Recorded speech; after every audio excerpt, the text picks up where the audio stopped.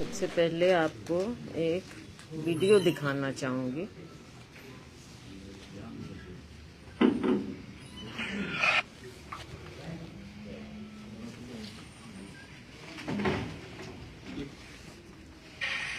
अभी एक फैशन हो गया है, आम्बेडकर आम्बेडकर आम्बेडकर आम्बेडकर आम्बेडकर आम्बेडकर। इतना नाम अगर भगवान का लेते तो 7 जन्मों तक स्वर्ग मिल जाता। अभी एक फैशन हो गया है, आम्बेडकर आम्बेडकर आम्बेडकर आम्बेडकर आम्बेडकर आम्बेडकर। इतना नाम अगर भगवान का लेते तो 7 जन्मों तक स्वर्ग मिल जाता।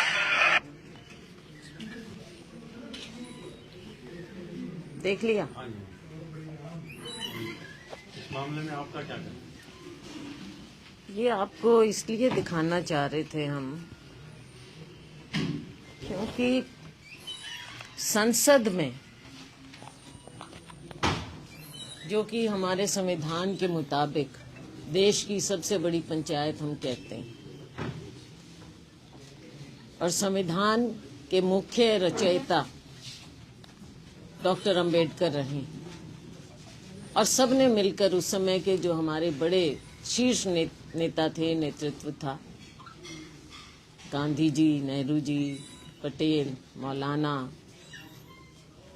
राजेंद्र प्रसाद और सभी समस्त जो सीनियर नेता थे, सब ने मिलकर फैसला लिया कि हमारे संविधान की रचना होनी है और उसमें हम डॉक्टर अंबेडकर को उसका कमेटी का चेयरमैन बनाएंगे।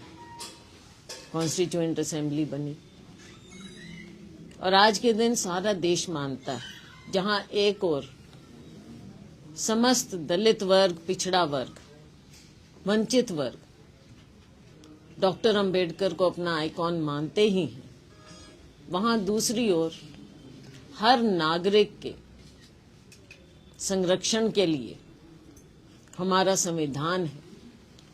हर नागरिक डॉक्टर अंबेडकर को मानता है, क्योंकि हर नागरिक की रक्षा के लिए हमारा मुख्य ग्रंथ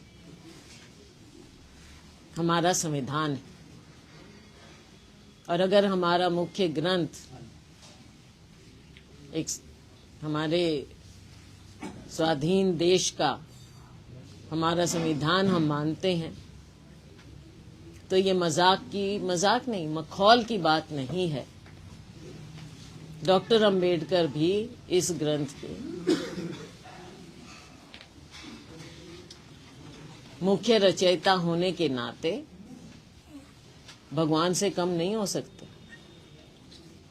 संविधान के मुताबिक उनके मुख्य रचयिता वो है। तो ऐसा मखौल जो मैंने आपको अभी वीडियो दिखाया, ये रिकॉर्ड का वीडियो है जो हमारी संसद में देश के गृह मंत्री ने जिस तरह से बोला, रिडिक्यूल किया, मखौल उड़ाया डॉक्टर अंबेडकर का। एक बार नहीं, कितनी बार बोला, और जिस तरह से बोला, जी तक नहीं, बाबा साहेब नहीं, और फिर भगवान के नाम पर भी। तो ये गृह मंत्री देश का जब ऐसी बात बोले, तो क्या ये शर्म की बात नहीं? क्या उन्हें माफी नहीं मांगनी चाहिए? क्या उन्हें इस्तीफा नहीं देना चाहिए?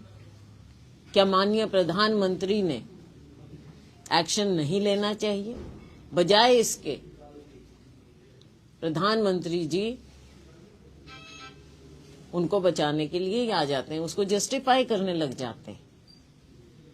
आज देश में जो भी आप देख रहे हैं, ये इसलिए हो रहा है, संसद में जो हो रहा है, ये इसलिए हो रहा है कि देश को, देश के संविधान से जो हमें रक्षा मिलती है, इसके मुख्य सचेतक कौन होते हैं? संसद होती, लेजिस्लेचर होता है, जुडिशरी होती, एग्जीक्यूटिव होती, प्रेस होनी चाहिए, मीडिया। आज सबको खतरे में डाल दिया। संसद का जो हाल हो रहा है, आपने इस सत्र में देखा। जुडिशरी पर मैं टिप्पणी कुछ नहीं कहूंगी, क्योंकि जुडिशरी से सारे देश को, हर नागरिक को एक आशा है। प्रेस से सबको ये आशा होती है कि आप बात को, सच्ची बात को रखें। लेजिस्लेचर से, एग्जीक्यूटिव से ये आशा है कि वो सही फैसले लें, और सबसे ज्यादा नजर लोगों की संसद पर होती है। हमने जो बातें रखनी थी, विपक्ष का एक काम है। लोकतंत्र में विपक्ष का एक बहुत बड़ा रोल होता है। सरकार को चेताना, लोगों की बात को उठाना, और ये रोल हमें मिला है। हमारा काम है हम बातों को उठाएं, लेकिन संसद में जिस प्रकार से संसद चलाने में इनका कोई रुचि इनकी नहीं है, सत्ता पक्ष की, भारतीय जनता पार्टी की, ना संसद को चलने देते हैं। हम अगर अपनी बात उठाना चाहते हैं, हमें बोलने नहीं दिया जाता, हमारे नेताओं को नहीं बोलने दिया जाता। बार बार, चाहे राहुल जी हों, चाहे खड़गे जी हों, हमेशा उनकी टोका टाकी और जैसे उनके साथ बर्ताव होता है, ऐसा कभी नहीं देखा। संसद एक ढंग से चलती है। हमेशा हमने देखा है, पहले हम भी सत्ता में रहे, लीडर ऑफ ऑपोजिशन होते हैं, उन्हें स्पेस दी जाती है, उन्हें इज्जत दी जाती है, कैबिनेट मंत्री का दर्जा होता है, और जब एलओपी खड़े होते हैं तो उन्हें प्राथमिकता भी दी जाती है। लेकिन अब नहीं होता ये। आपने बार बार देखा है, प्रोसीडिंग सब लोग देखते हैं। इन्होंने कोई कसर नहीं छोड़ी इन सब संस्थाओं को खत्म करने, ताकि लोगों की आस्था उठ जाए इन संस्थाओं से। ये कहते हैं कि 7 दशकों में क्या मिला।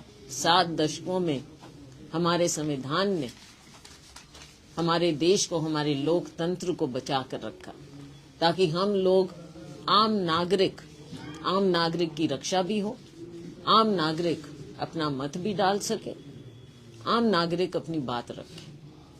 आज ये कहते जरूर हैं कि हमको 3 बार लोगों ने जिताया है, तो भूल जाते हैं कि 70 साल में अगर पहले कांग्रेस की सरकार बनी तो उनको भी लोगों ने जिताया था। वो सरकार भी लोगों ने बनाई थी। तो आप यहाँ के लोगों का, भारतीय लोगों का, नागरिकों का मजाक मत उड़ाइए। ये नहीं है कि अगर आप जीत जाएं तो लोकतंत्र ठीक है, और अगर कोई और सरकार बने तो लोकतंत्र गलत है और नेता गलत है। उन नेताओं को आप जिस तरह से बोलते हैं, इतिहास ने देखा देश आज कहाँ पहुंचा है। देश पैदा 2014 में नहीं हुआ। लाखों करोड़ों लोगों ने स्वतंत्रता संग्राम में हिस्सा लिया, और इस बात को मत भूलिए। और हम गर्व से कहते हैं कि सबसे आगे कांग्रेस पार्टी थी उस समय। हमारे नेता थे, गांधी जी थे, नेहरू जी थे, सरदार पटेल थे, सभी धर्म लोगों के लोग, सभी जातियों के लोग, सबने हिस्सा लिया, कुर्बानियां दी, जान तक गंवाई, और देश स्वाधीन हुआ। कॉन्स्टिट्यूएंट असेंबली जब बनी तो सबका ये था कि सबको साथ लेना चाहिए, और श्यामा प्रसाद मुखर्जी साहब को भी उसमें लिया गया था कैबिनेट में। लेकिन आज जो ये देश को इकट्ठा रखा है, जिस भावना ने इस देश को इकट्ठा रखा है, अनेकता में एकता है, सर्वधर्म संभाव है, वसुदैव कुटुंबकम है, आज हमारी संस्कृति की धज्जियां उड़ाई जा रही हैं। हम इस बात पर पूरा प्रोटेस्ट कर रहे हैं। कल हमने सिरसा में किया, लेकिन आप जानते हैं कल पूर्व मुख्यमंत्री चौटाला साहब के निधन के कारण कल उनका संस्कार होना था, तो हमने जो पब्लिक में प्रदर्शन करना था वो हमने पब्लिक में मार्च नहीं किया, अपने दफ्तर में ही अपनी प्रोटेस्ट रखी, मीडिया के सामने रखी अपनी बातें। और आज इस प्रेस कॉन्फ्रेंस के माध्यम से, आपके माध्यम से हम लोगों तक ये बात पहुंचाना चाहते हैं, जन जन इस बात को समझे कि कैसे हमारे मुख्य रचयिता डॉक्टर भीमराव अंबेडकर जी के साथ, उनकी स्मृति के साथ, उनके नाम के साथ कैसे खिलवाड़ किया जा रहा है, उन्हें अपमानित किया जा रहा है। इस अपमान को देश का हर नागरिक इसकी भर्त्सना करता है और कांग्रेस पार्टी इस मुद्दे को, इस संदेश को जन जन तक लेकर जाएगी। ये टंग स्लिप का मामला है या जानबूझ के? टंग स्लिप अगर एक बार कहा होता तो शायद, लेकिन कितनी बार बोले मैंने, इसलिए आपको वीडियो दिखाई। ऑथेंटिक वीडियो है, प्रोसीडिंग्स की वीडियो है। बार बार बोला उन्होंने, एक बार नहीं बोले। एक बार होता तो स्लिप हो जाती, हम भी मान लेते, मुद्दा भी क्यों बनता ये। लेकिन आज देश में मुद्दा बना। हमने देखा कि केवल हम मुख्य विपक्षी दल होने के नाते हमारा फर्ज है, हम उठाएंगे मुद्दा, क्यों नहीं उठाएंगे। हम बैकफुट पर नहीं है, बिल्कुल आगे निकलकर हम ये बात उठाएंगे, क्योंकि उन्होंने ये किया है, डॉक्टर अंबेडकर को अपमानित किया है। और ये मुद्दा जन जन तक पहुंचाना, ये भी हमारा फर्ज बनता है। कोई डेफेमेशन सूट भी फाइल करने का कोई विचार है? अब ये अलग बातें हैं, लीगल बातें अलग हैं। हम पॉलिटिकल पार्टी हैं, जनप्रतिनिधि हैं, ये हम अपना फर्ज हम निभा रहे हैं। कल हमने, क्योंकि पार्लियामेंट्री कॉन्स्टिट्यूएंसी का था, तो कल कुछ साथी पहुंचे, फिर वो कंफ्यूजन हो गया कि है नहीं है, उस चक्कर में तो फिर हमने पब्लिक मार्च नहीं किया। क्योंकि देखो, चौटाला साहब सिरसा के पूत रहे हैं, तो वहाँ के बेटे, तो हमने सोचा कि थोड़ा आउट ऑफ रिस्पेक्ट हम पब्लिक में ना करें। हमारे यहाँ तो पूरे विधायक जी धन्यवादी दौरा निकाल रहे हैं जी, कल और परसों भी। अब हम क्या टिप्पणी, देखो आपने जो मैंने अभी बातें कही हैं, जो सत्ता पक्ष है, भाजपा है, ये केवल जब समय आता है तब नाम किसी का भी ले लेते हैं, लेकिन कितनी रिस्पेक्ट ये डॉक्टर अंबेडकर के प्रति रखते हैं या किसी के प्रति रखते हैं, वो तो आप देखते हैं, वो पब्लिक में है, वो तो बात है, ये बातें हैं। इससे मुद्दे से हटके हरियाणा की राजनीति में बात करें जी। आज का मेन मुद्दा यही है, आपने रख दिया जी, तो हमारा भी बता दो। तो सबसे पहली रिपोर्टिंग ये है।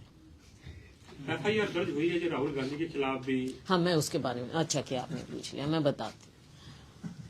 माननीय स्पीकर साहब के ऑर्डर्स, डायरेक्शंस हैं कि, क्योंकि देखो विपक्षी दल है, हमारे पास मुद्दे हैं, हम अपने मुद्दों को उठाते हैं। संसद की स्टेप्स हैं, जहां से नए संसद की मैं बात करूंगी, पुराने संसद में भी हमेशा विपक्ष को, जिसको अपनी बात उठानी होती, वो स्टेप्स पर अपना विरोध प्रदर्शित करते थे, करते रहे हैं, हमेशा से ये चलता रहा है।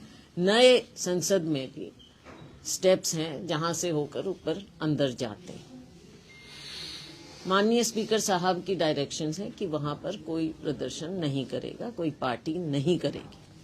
पहले हम करते थे, लेकिन पिछले कई दिनों से फिर हम स्टेप्स पर ना करके, हालांकि हम रास्ता छोड़ते थे साइड में, और सिक्योरिटी वहां पर खड़ी होती थी रास्ता देने के लिए कि जो अंदर जाना चाहे सांसद होते वो अंदर जा सकते हैं, और हम प्रदर्शन एक हिस्से में करते रहे।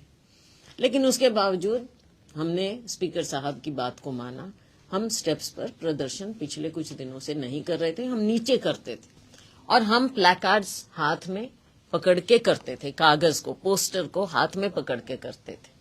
लेकिन दुर्भाग्य की बात यह है, और इनकी असली बात ये आती है कि विपक्ष का काम विपक्ष का है। हम अंबेडकर साहब की मूर्ति के सामने जाकर हमने प्रदर्शन किया, और उसके बाद बड़े अनुशासित ढंग से हमारे नेता, हमारे अध्यक्ष खारगे जी, राहुल जी, प्रियंका जी और सभी नेता, हम बहुत अनुशासित ढंग से चलकर आए और संसद में हम आना चाहते थे। लेकिन हमने देखा, और बड़े ताज्जुब की और सत्ता पक्ष के लिए शर्म की बात है, हमने देखा कि सत्ता पक्ष के लोग, अब आप बताइए, विपक्ष तो अपना काम करता है, विरोध प्रदर्शित करता है, सत्ता पक्ष को क्या जरूरत है। हमने देखा कि वो सारे स्टेप्स पर, सीढ़ियों पर वो बैठे, खड़े, नीचे भी खड़े हैं। अब उनकी संख्या ज्यादा है, लेकिन वहां पर खड़े होकर उन्होंने तख्तियां, मतलब उन पे डंडियों पर, स्टिक्स पर अपने पोस्टर लगाए हुए थे, और जबकि ये अलाउड भी नहीं। हमने हमेशा हाथ में पकड़े और उन्होंने डंडियों पर। तो उनकी इंटेंशन क्या थी, क्या इंटेंशन थी? पहली बात, आपने डायरेक्शन भी नहीं मानी, और दूसरी बात, आप डंडे लेकर आए, क्या चाहते थे आप? और जब हम वहां पर आए तो उन्होंने बड़ा आक्रामक रोल वहां पर रुख अपनाया, हमारे नेताओं के साथ धक्का मुक्की की। खाड़गे जी खुद जमीन पर गिर गए, लेकिन हमारी आदत नहीं है इन चीजों को ज्यादा वो करने। हम वहीं बैठ गए, प्रियंका जी भी बैठ गई, और वहां पर उन्होंने हमारा रास्ता रोका। भाजपा के सत्ता पक्ष के लोगों ने हमारा रास्ता रोका, धक्का मुक्की की, और उल्टा राहुल जी पर इल्जाम लगा रहे हैं। राहुल जी ने किसको धक्का दिया? वो खुद उन्होंने कहा कि धक्का आया, फिर उधर से आया, फिर किसी और ने मुझे, किसी और से धक्का मुझे आया, और अब राहुल जी पर ऐसी बात। इस तरह की ओछी राजनीति भाजपा करती, जाके एफआईआर करवाते। राजनीतिक लड़ाई राजनीतिक हिसाब से लड़ो। अनड्यू एडवांटेज लेते हैं सत्ता पक्ष होने का, खुद ही स्पीकर साहब की डायरेक्शन नहीं मानते। इन पर कार्रवाई होना चाहिए, स्पीकर साहब इन पर कार्रवाई करें। नहीं, कांग्रेस ने भी तो कंप्लेंट दी है जी। हमने भी कंप्लेंट दी है, धक्का मुक्की हुई है, और उल्टा राहुल जी पर ये उल्टी धाराएं लगा रहे हैं। कांग्रेस ने भी कंप्लेंट दी है, बिल्कुल देंगे हम, लेकिन ये गलत किसने किया? शुरुआत किसने की? हमने तो हाथ में पोस्टर पकड़े हुए थे। रास्ता किसने रोका? स्टेप्स पर कौन था? स्टिक्स किसके हाथ में थे? रास्ता रोककर हमें वहां पर क्यों रोका गया? आमना सामना क्यों किया? विपक्ष अपना काम करे, विपक्ष अपना काम करता है और हमने करना है, लेकिन सत्ता पक्ष ऐसे ऑब्स्ट्रक्शन क्यों पैदा करता है? क्योंकि इनका लोकतंत्र में और पार्लियामेंट्री सिस्टम में इनका कोई विश्वास नहीं है। हर एक संस्था को ये खत्म करना चाहते हैं। आपने रेलवे लाइन पे और घग्गर पे 2 सवाल लगाए, बड़ा चर्चा का रहा। क्या रेल की इनकी कोई मंशा नहीं है? मुझे नहीं लगता, लेकिन हम अपनी आवाज उठाएंगे, क्योंकि आज तक इन्होंने, देखो 10 साल हो गए हैं, क्या किया? कुछ भी नहीं किया। डीपीआर तो शायद आपके टाइम में हमने तब से उठाया हुआ है ये मुद्दा, आपको याद होगा, मतलब अब लोग भूल भी डीपीआर भी गए, बनी थी, नए लोग हैं, हाँ, लेकिन कब से हमने ये मुद्दा उठाया हुआ है, और 10 साल इनके हुए, क्या किया? और अभी भी नेगेटिव है।